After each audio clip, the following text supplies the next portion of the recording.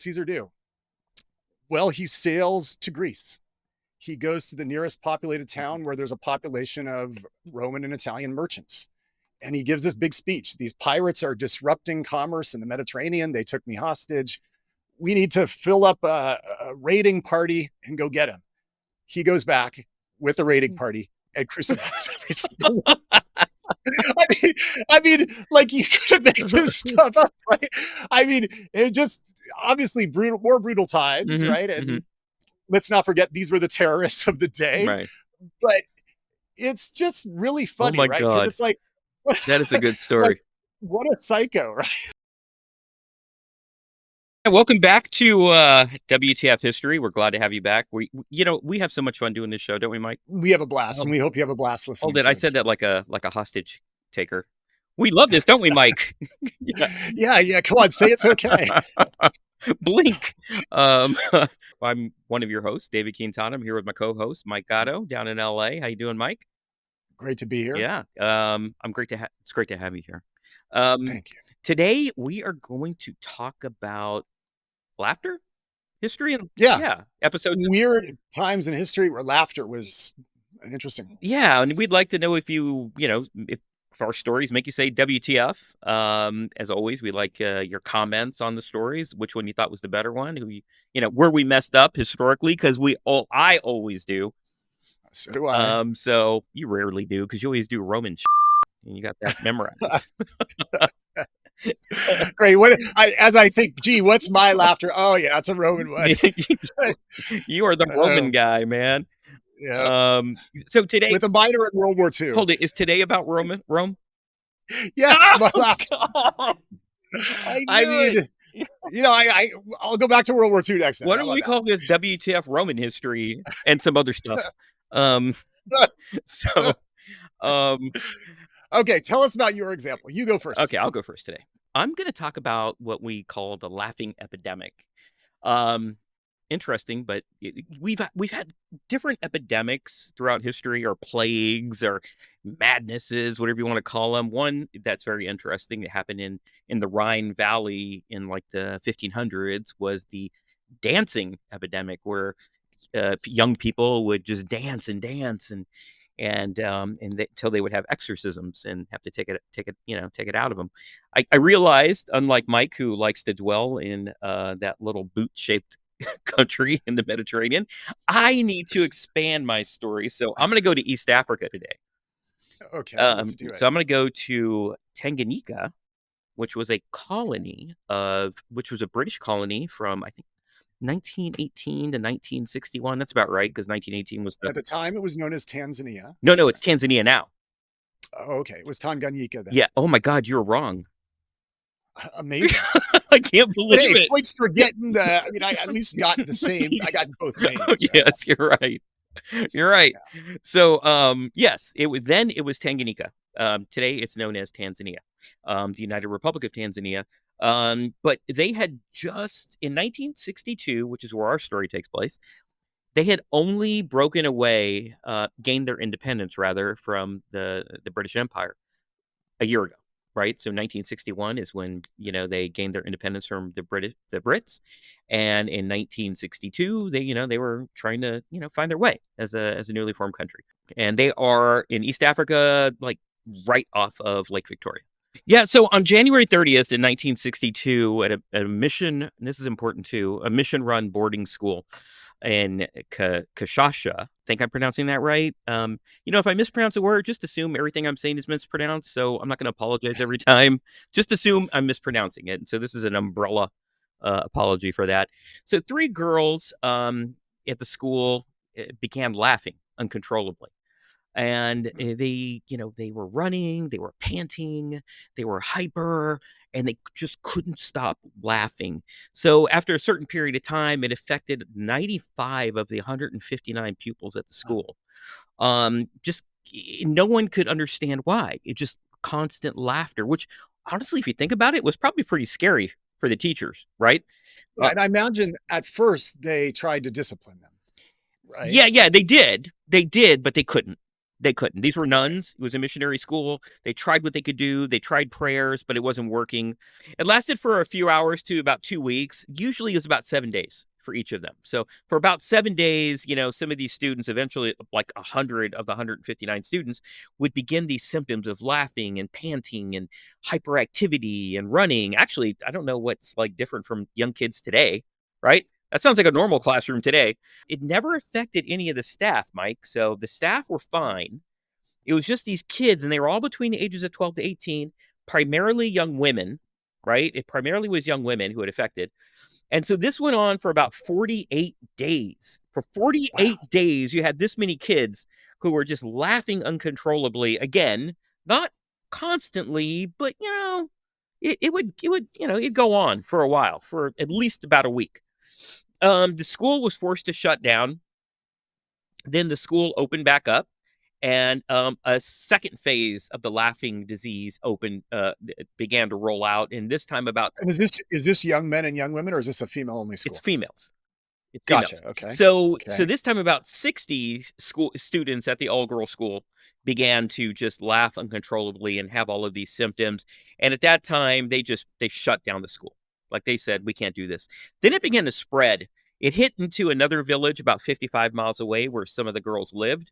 And then about in May of 1962, about 200 more people in a village that was about 33 miles away, they began the laughing sickness for about a month. So again, same types of symptoms: hyperactivity, sweating, laughing, running, primarily, but primarily was the laughing, right? It just uncontrollable. And there was nothing they could do. There was nothing they could do but wait it out. And they would try to talk to the kids, and the kids really couldn't tell them what was going on. They were just laughing. Again, like I would be scared to death, right? It sounds like a horror movie. Yeah. Of course. And then in June, earlier than that, the villagers from surrounding villages actually sued the school for allowing these girls to infect their village with the laughing disease. So, which is weird because when you said the nuns, the teachers at the school didn't get it, I'm thinking not communicable. I'm thinking dietary caused. I'm thinking about what I know about some of the other, weird epidemics in history, and the dancing epidemic they think was caused by spoiled food. There's a type of rot that attaches to rye. If rye spoils and gets wet, it's called ergotamine. Ergotamine is very close to LSD. And they can blame some of the things that we talked about at the beginning of this episode on spoiled rye. But here, so I'm thinking there's a dietary cause, but they sued saying that there's some sort of transmission. Yeah. I don't know from the record whether that suit was settled or successful. That's not clear. In June, there was another outbreak at another school, which affected about 48 girls, and it just continued to go on, right? After about 18 months, it just kind of petered out. And what we do know is all of the places that were affected were about within 100 miles of that original Kashasha school. And all of them were kind of within the same age, the same age cohort. 14 schools were shut down during this period because of the laughing sickness. And over 1,000 students were affected. Over 1,000 students came down with this laughing sickness in 1961 in Tanganyika. So what do doctors think? Do they think this was social contagion? This was psychosomatic, or do they think that it was caused by a mechanism? So the doctors did do tests, because I know what you're referring to. You're referring to like St. Vitus dance, which was a dancing sickness, again, in the Rhine area. I don't know what's going on in the Rhine, but they do believe, right, that actually there's a dance called the tarantella, which they believe was caused by a bite of the tarantula, which caused a lot of that. And also, I've also heard about the rye rot. And so, but no, they couldn't find any outside symptom, any outside cause for this. So what they think, it was just a mass psychogenic illness, or what we call an MPI. Two reasons for this. One of the reasons that they gave for it was the fact that this country was brand new. If you probably were in Tanganyika at that time, in history, it wasn't very advanced. There Yeah. wasn't a lot of, television, radio infrastructure. Tanzania now is, I think, a very kind of what we would call one of the more modern African countries, doing, decently economically, and well for Africa right now. They're doing very well. But at that time, Tanganyika, they didn't have a lot of infrastructure. I think what some scientists think is that this now we're on our own. Oh Lord, what are we going to do? That this kind of anxiety affected these kids. Who, Yeah, but I got to jump in because the thing that makes me think that there was some weird mechanism, it could have been a bite by a fly, it could have been, bite by a spider, something in dietary that we don't understand, some kind of weird chemical. I mean, you think about the hardest you laughed recently. I mean, I have sometimes where something just triggers me and I laugh really hard. But then now you imagine that you're at a Catholic school and a nun is beating you while you laugh. It's hard to keep laughing through that beatdown. I mean, you imagine, some UFC guy goes in the ring and he's laughing real hard, and then a guy pops him in the nose. I mean, it's really hard to keep laughing while you're being. And you said that they were, penalized. You said that they were punished at Mhm. the school. So I don't know, it's like, and the crazy thing is, you know what? Some of these girls, most of these girls are probably still alive. They're probably roughly 70 years old. Correct. They Yeah, could, right. There are some crazy. documentaries out there in which they interview some of the people who were either affected or were health people, health professionals in the area who examined some of them. It's actually quite interesting. I can. All of a sudden, there was an epidemic, laughing disease, kashasha here.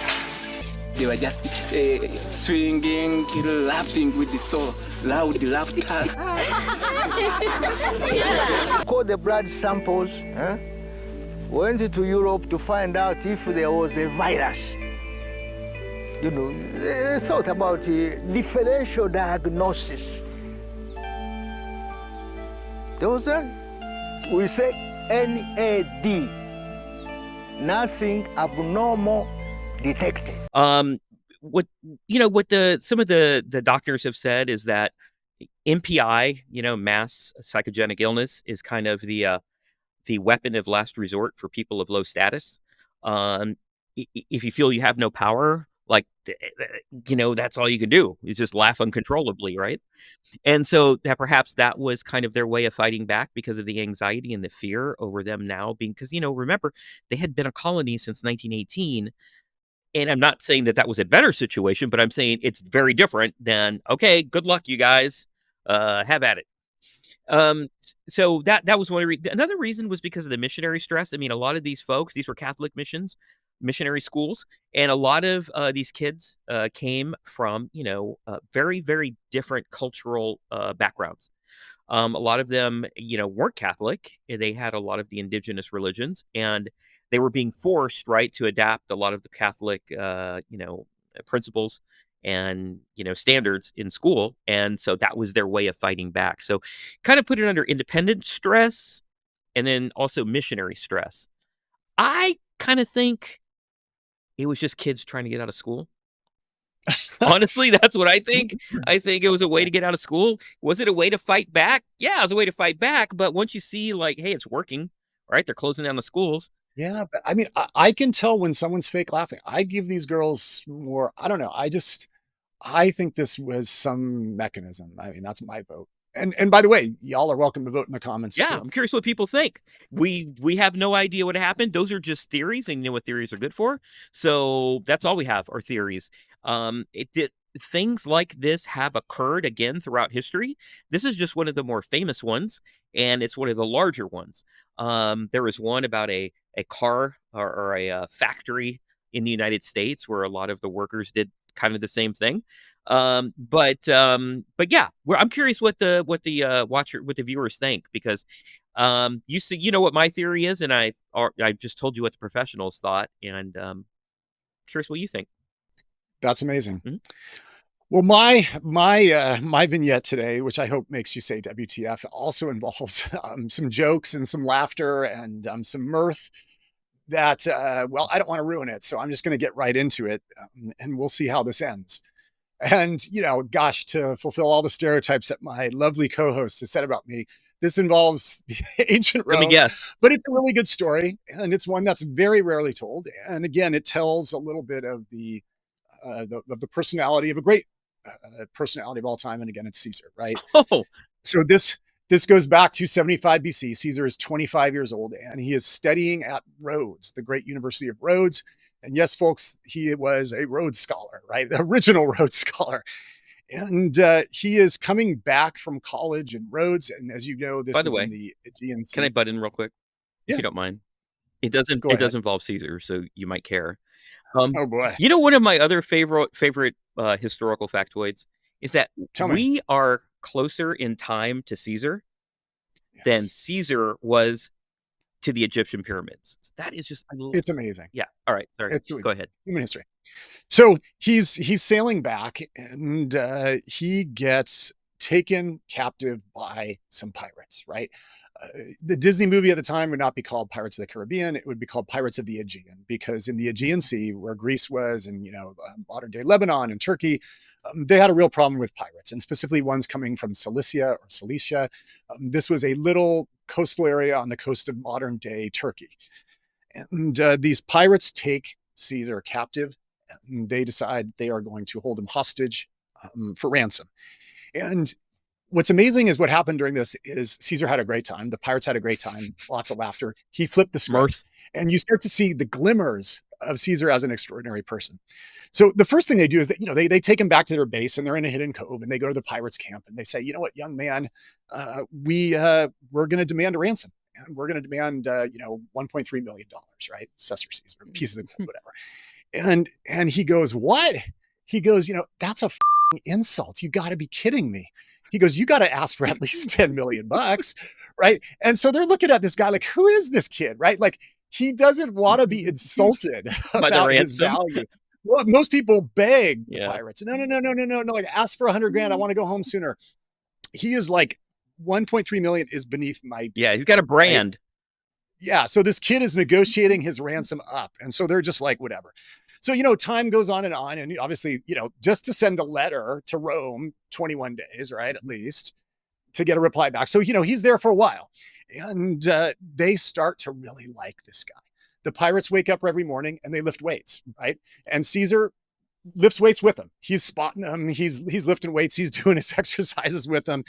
And, Caesar, it must also be remembered, one of the most charismatic people in all of history. So he gets to know him around the gym. He's lifting weights with him. He's giving him grief. He's like, oh man, you can't lift as much as me. He's busting chops. Yeah. And so, he's writing speeches. He's like, I'm going to give this speech when I get home. What do you think about it? And they're like, oh, that's blah, blah, blah. He's like, well, yeah, you can't appreciate this because you're a cretin. He's insulting him. He's doing all this stuff. And every time this happens once a day, one of the pirate leaders, great big bearded guys from Cilicia, they're like, oh, ho, ho, ho, ho, you're a great kid. You're just such a great kid. Like, we love this guy. Don't we love this guy? And he laughs right back. He goes, oh, ha, ha, ha, ha. I'm going to come back one day and I'm going to have to crucify you. Oh, I love you. Yeah, this kid, look at him busting our right. This happens every day. This goes on for 50 something days. They're roaring with laughter. He says this, repeatedly, someday I'm going to have to come back and I'm going to have to crucify you. They're just roaring with laughter. It's the funniest thing in the world. So 38 days pass, his ransom comes. And they really had come to like this kid. Right? They have a teary goodbye. They're giving hugs. They say, come on, Caesar, say it again. Say it again. He goes, I'm going to have to come back someday and crucify you. And they go, oh, that's why we love this guy, blah, blah, blah. So what does Caesar do? Well, he sails to Greece. He goes to the nearest populated town where there's a population of Roman and Italian merchants. And he gives this big speech. These pirates are disrupting commerce in the Mediterranean. They took me hostage. We need to fill up a raiding party and go get him. He goes back with a raiding party and crucifies every single one. I mean, like, you could make this stuff up, right? It just obviously more brutal times, right? And let's not forget, these were the terrorists of the day. Right. But it's just really funny, oh my right? God. Because it's like, that is a good story. Like, what a psycho, right? Like, what a fascinating story. They all thought he was kidding around, but he was back like a couple days later. Oh, really? That quick a turnaround, huh? Yeah. He went right to the nearest city, raised up a posse. They sailed right back, got back right there, captured them all, God, crucified. I would love to have seen the looks on the pirates' faces. Like, oh, look, he's brought more people to live Yeah, he's to hang back. out. Yeah. Yeah, right. I mean, an amazing story in an era where, you know, I guess the laughter was quickly turned to something a little more painful, but Mhm. that was hostage taking. It's a risky business. Different morals, different times, man. That was a really good story, Mike. I appreciate that. You know, it was Caesar again, but that was good. That was good. I promise next week I'll have some stories from elsewhere in this vast world. Right. There's more to life than Italy, bro. Unless our viewers vote this as the best. Yeah, in the world. maybe. So come on, viewers, it's up to It is you. a good story. Hey, thank you. Hey, if you guys like this, subscribe, give us a like, send it to somebody. We'd love to hear what you have to say. And Mike, thank you so much. As always, it's a great time. Hey, if you like what you hear, like and subscribe. It really means a lot, and we would love to have you coming back every week. Thank you.